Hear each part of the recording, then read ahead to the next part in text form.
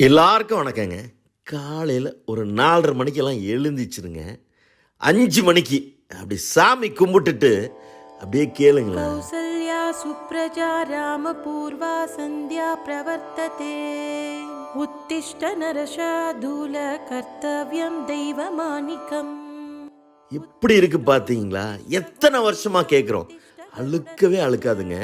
இது கேட்குறப்ப அப்படியே ஒரு எனர்ஜி ஒன்று மனசுக்குள்ளே கிடைக்கும்ல, அந்த மாதிரி ஒரு ஹோட்டலுக்கு தான் நான் இன்றைக்கி உங்களை அழைச்சிட்டு போகிறேன். இந்த ஹோட்டலில் சாம்பார் கிடையாதுங்க, ஏசி கிடையாது, வாட்டர் பாட்டில் கிடையாது, ஆர்டர் எடுக்க ஆள்லாம் இருக்க மாட்டாங்க, பூரி கிடையாது, பொங்கல் கிடையாது, டிப்ஸ் கூட கிடையாதுங்க. காலையில் தான் உங்களை நான் சாப்பிட அழைச்சிட்டு போகிறேன். ஆச்சரியமாக இருக்குல்ல?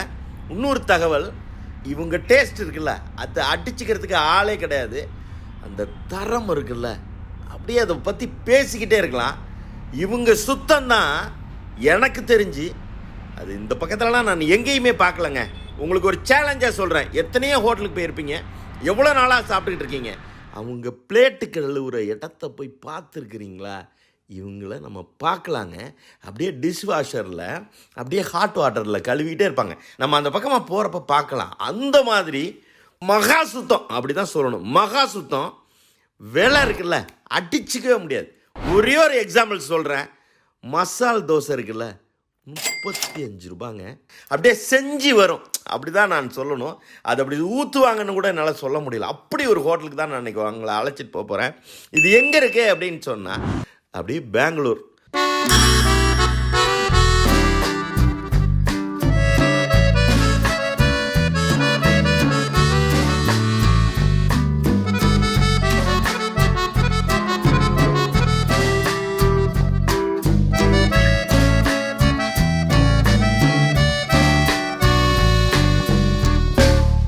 என்னப்பா பெங்களூர்லாம் கூப்பிட்ற அப்படின்னு நினைக்காதீங்க. என்னைக்காவது போவீங்க, நிச்சயமாக ஒரு வேலை வரும். அப்படி கேஎஸ்ஆர் மெட்ரோ 3 பனைமரம் உயரம் இருக்குங்க. கீழே தான் நம்ம இறங்கணும். 3 எஸ்கலேட்டரில் இறங்கிக்கிட்டே இருந்தால் அப்படி மெட்ரோ ட்ரெயின் வந்து அப்படி நிற்கும். கரெக்டாக நிற்குங்க அந்த லைனு. ஒரே ஒரு அம்மா தான் நிற்காங்க. அப்படி கையை காட்டுவாங்க, எல்லோரும் க்யூவில் போவாங்க. உங்களால் ஆச்சரியமாக இருக்கும், எப்படி நம்மளா இவ்வளோ சின்சியராக இருக்கும், நம்ம அப்படி இந்த நெருக்கடியெல்லாம் இல்லாமல் நம்மளால் எப்படி பண்ண முடியுது, நம்ம எப்படி இவ்வளோ ஒழுங்காக இருக்கோம் அப்படின்லாம் தோணும்.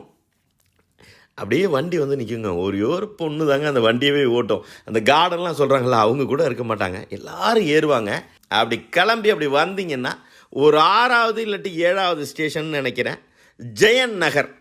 இந்த நகரை பற்றி சொல்லணும் அப்படின்னா, ஆசியாவிலேயே முதல்ல டிசைன் பண்ண மிகப்பெரிய சிட்டி, ரொம்ப அழகான சிட்டி. ஒரு உதாரணத்துக்கு சொல்லணும் அப்படின்னு சொன்னால், தஞ்சாவூரில் அருளானந்த நகர் அப்படின்னு சொல்லி ஒன்று ரொம்ப ஃபேமஸ்ஸு. அது மாதிரி 100 மடங்கு பெருசு. ஆனால் ரோட்டில் 4 லாரி சேர்ந்து போக முடியுதுங்க. அவ்வளோ மரம் இருக்குது. ரொம்ப ஆச்சரியமாக இருக்கும். நம்ம ஜெயநகர் 4th பிளாக்கில் தான் போய் இறங்குறோம். அந்த மெட்ரோ ஸ்டேஷன் எதுக்குவே பஸ் ஸ்டாண்ட் இருக்குங்க. எங்கே நீங்கள் மெட்ரோவில் இறங்கினாலும் அங்கே ஒரு பஸ் ஸ்டாண்ட், அந்த மாதிரி தான் அவங்க டிசைன் பண்ணி கட்டியிருப்பாங்க. எடுத்தோன்னே கொஞ்சம் ஆட்டோவில் போயிடுவோம். ஒரு 70 ரூபா கேட்பாங்க. 9th பிளாக், அங்கே தான் இந்த ஹோட்டல் அமைஞ்சிருக்கு. அப்படி ரைட் எடுத்து அப்படி திரும்பி பார்த்தீங்கன்னா ஹோட்டல் போர்டு அழகாக இருக்கும், தாசா திண்டி அப்படின்னு சொல்லி. அப்படியே கூகுளெல்லாம் போட்டு பார்த்தா புதிய காலை உணவு அப்படின்னு தான் வருது. நீங்களும் செக் பண்ணீங்க.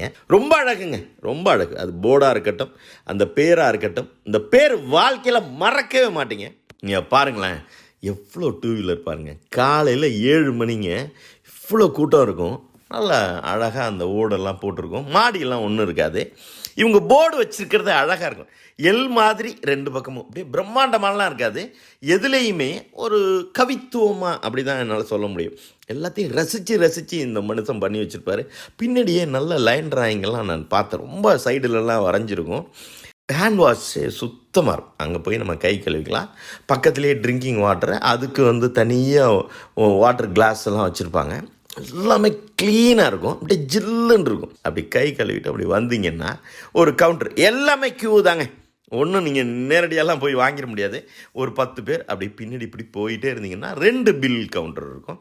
அப்படி நீங்கள் வாங்கினீங்கன்னா இட்லி, தோசை, சவுன்னு சொல்லுவாங்க அங்கே. அந்த கேசரியும் ஒரு கிச்சடின்னு சொல்கிறோம்ல, அந்த மாதிரி அவங்க ஒன்று கொடுக்குறாங்க. வடை, இவ்வளோதாங்க. வேறு ஒன்றும் பெரிய ஐட்டம்லாம் அங்கே ஒன்றுமே கிடையாது. ஒரு மசால் தோசை, ஒரு சாதா தோசை, பொங்கல், பூரியெல்லாம் காலையில் கிடையவே கிடையாதுங்க. பயங்கர ஆச்சரியமாக இருக்கும். அப்படி க்யூவில் போய் நின்று பில்லு வாங்கினீங்கன்னு வச்சுங்களேன், அந்த பில்லில் எல்லாம் டைப் ஆகி ஒரு துண்டாக இருக்கும். என்னடா அதுன்னு பார்த்தீங்கன்னா அதில் தனியாக தோசை தனியாக இட்லின்னு எழுதியிருக்கும். ஏன்னா நீங்கள் இட்லிக்கு தனியாக க்யூவில் போய் வாங்கணும், மசால் தோசைக்கு தனியாக போய் க்யூவில் வாங்கணும். அதனால சாப்பிட்டு நீங்கள் அந்த சின்ன டோக்கனை மட்டும் பத்திரமா வச்சுக்கலாம். அது பிஞ்சிடுமோன்னு நினப்போம், ஆனால் அது பியவே பிய்யாது. ரொம்ப அழகாக அந்த பில்லு டிசைன் பண்ணவும் பெரிய ஆள். அப்படி போய் நின்று அப்படி இட்லி. இன்னொரு சின்ன தகவல், ஒரு இட்லி வேணாலும் வாங்கிக்கலாம், ஒரு வடை வேணாலும் வாங்கலாம். யாராலையும் இந்த விலைக்கு கொடுக்கவே முடியாதுங்க. 10 ரூபா, அந்த வடை 12 ரூபா. அப்படி தூக்கி அதில் வச்சு அவங்களே ஒரு சின்ன அழகான பிளேட், அது ஒரு சின்ன ரவுண்டு பிளேட்டு, அதில் சட்னி தாங்க. சாம்பாரெலாம் நினச்சி கூட பார்க்க முடியாது, அந்த ஏரியாலேயே கிடையாது. அங்கே அப்படியே க்ரீன் கலர் அந்த வடை மேலேயும் அந்த தோசை மேலேயும் ஊற்றுவாங்க. சில நேரத்தில் கெட்டி சட்னி வேணாலும் அவங்க கேட்டால் கொடுக்குறாங்க. அப்படி ஊற்றி அப்படி கொடுத்ததுக்கு அப்புறம் இந்த பக்கம் ஒரு மரம் இருக்கும், அதை சுற்றி கட்டைகள் இருக்கும், அந்த பக்கம் கொஞ்சோண்டு இடம். அப்புறம் உள்ளே போனீங்கன்னா இங்கே பாருங்களேன், இங்கே ட்ராயிங்லாம் வரைஞ்சிருக்குல்ல, இந்த இடத்துலையும் லேசாக உட்காந்துக்கலாம், அவ்வளோதான். எல்லாமே செல்ஃப் சர்வீஸ் தான். அப்படி சாப்பிட ஆரம்பிச்சிங்கன்னு வச்சுங்க, எப்படிப்பா இந்த விலைக்கு நீ கொடுக்குற, நீ எல்லாம் தெய்வம்ப்பா அப்படின்னு தான் உள் மனசு சொல்லுங்கள். அப்படி சாப்பிட்டுட்டு திருப்பி போய் அப்படி இந்த மசால் தோசை க்யூவில் போய் நின்னீங்கன்னு வச்சிங்களேன், திடீர்னு ஒரு 20 தோசை வரும். அப்படியே பிளேட்டில் வச்சு அப்படி சட்னி தான், சாம்பார் கிடையாதுங்க. திருப்பி சொல்கிறேன், அந்த சட்னியை அமிர்தம் மாதிரி இருக்கும், அப்படி தான் நான் சொல்லணும். அப்படியே அதை தூக்கி வச்சு அதுக்குள்ளே அந்த மசால் இருக்கும். சாதா தோசையும் மசால் தோசையும் ஏன் ஒரே விலைக்கு விற்கிறாருன்னு ஒன்றும் என்னால் கண்டே பிடிக்க முடியல. அப்படியே அது மேலே நெய் போட்டிருக்கும். நீங்கள் எக்ஸ்ட்ரா பட்டர் வேணால் வாங்கிக்கலாங்க. இந்த நந்தினி அமுல் அப்படின்னு சொல்லி அங்கே பாக்கெட்டே இருக்கும். நீங்கள் பில் போடுறப்ப அது தனியாக வாங்கிக்கலாம், அதையும் வேணால் நீங்கள் வச்சுக்கலாம். தேவைன்னா நீங்கள் எக்ஸ்ட்ரா பட்டர் வாங்கிக்கலாம். அப்படி வச்சு அந்த தோசையை அப்படி பிச்சு அப்படி சாப்பிட்றப்ப எப்படியா அவனுக்கு 35 ரூபாய்க்கு கட்டுப்படியாகுது அப்படிங்கிறத திருப்பி நம்ம அந்த மனசு சொல்லிகிட்டே இருக்கும். இப்போ சட்னி தீர்ந்துருச்சுன்னு வச்சுங்களேன், ஏற்கனவே கொடுத்தாங்கல்ல அந்த கவுண்டரில் போய் கேட்டால் கொடுக்க மாட்டாங்க. இந்த சட்னிக்காக தனியாக வச்சுருப்பாங்க. ஏன்னா சாப்பிட்ருப்போம், அப்போ அந்த கரண்டி அதில் பட்டிருக்கும் அப்படின்னு சொல்லிட்டு தனியாக ஒரு பையன் நிற்பான், அங்கே போய் அதை வாங்கிக்கலாம். 1-2 இட்லி வேணாலும் நீங்கள் வாங்கிக்கலாம். இவ்வளோதாங்க மெனு. கேசரியெல்லாம் அது அவங்க சௌன்றாங்க, அப்படியே தேன் சொட்டுன்னு தான் நான் சொல்லணும், அவ்வளோ நல்லா இருந்துச்சு. அப்படி சாப்பிட்டுட்டு கை கழுவுனீங்கன்னு வச்சுங்களேன், பில்லு 100 ரூபாய்க்கு மேலே வரவே வராதுங்க. 500 ரூபா நோட்டுக்கெல்லாம் இங்கே வேலையே கிடையாது.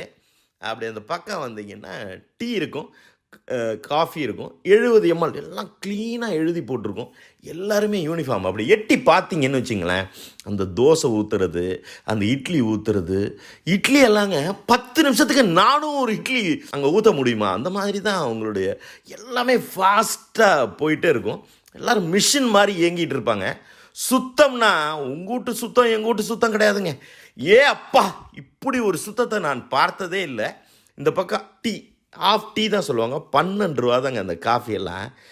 வேணா 2 டீ குடிச்சிக்கலாம், ஏன் தேவையில்லாமல் 30 ரூபா 40 ரூபா அப்படின்னு தான் அந்த ஓனர் யோசிச்சிருக்காரு.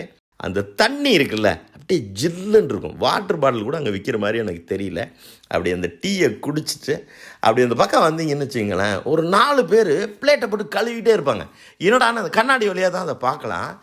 டிஷ் வாஷருங்க, ஹாட் வாட்ரு அப்படியே கொதிக்கும், அதில் அப்படியே கழுவி தொடச்சி அப்படியே அந்த இடத்துல அடுக்கிறப்ப, ஏப்பா நம்ம வீட்டில் கூட தட்டு இப்படி நம்ம கழுவுறது இல்லையே அப்படின்னு சொல்லி நம்ம உள் மனசு சொல்லுங்கள். அப்படி சாப்பிட்டுட்டு அப்படி இன்னும் கொஞ்சம் எட்டி பார்த்தீங்கன்னா அங்கே ஒரு ஸ்டோர் ரூம் தெரியுங்க. ஸ்டோர் ரூமெல்லாம் அப்பா அப்படியே பூஜை ரூம் மாதிரி வச்சுருக்காரு இந்த ஓனர். எடிட்டர் சார், முடிஞ்சிச்சுன்னா அந்த ஓனரை கொஞ்சம் காட்டுங்களேன், இந்த தெய்வத்தெல்லாம் கொஞ்சம் பார்த்துப்போம். இவங்க கிட்டத்தட்ட 30-40 வருஷமாக அதை நடத்திட்டு இருக்காங்க. எப்படி இந்த விலைக்கு கொடுக்குறாங்க, எப்படி இவ்வளோ தரமாக கொடுக்குறாங்க, எப்படி இவ்வளோ விலை குறைச்சலாக கொடுக்குறாங்க. இவங்க பார்சலை பொட்டணம்லாம் கட்டி கொடுக்க மாட்டாங்க. எல்லாருமே பெரிய பெரிய ஹாட் பேக்கில் தான் பார்சல் வாங்கிக்கிட்டே இருக்காங்க. காலையில் 7 மணிலேருந்து 12 மணி வரைக்குங்க. அப்புறம் ஒரு கேப்பு மத்தியானம் 4:30 மணிலேருந்து ராத்திரி 9:30 மணி வரைக்குங்க. ஆனால் கூட்டம் அள்ளுங்க. இப்படி ஒரு ஹோட்டல் பெங்களூரில் இருக்குது, நம்ம ஊரில் இல்லையேன்ற ஒரு வருத்தத்தோடையே அந்த சாப்பிட்டு நீங்கள் வர்றப்ப உங்கள் மனசு சொல்லும் பாருங்கள், இதுதான்டா ஹோட்டல் அப்படின்னு சொல்லி. சூப்பருங்க, நிஜமாக சொல்கிறேன்.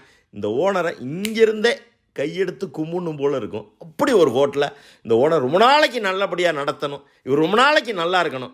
நன்றிங்க. உண்மையா உழைக்கிற நமக்கு எல்லா நன்மை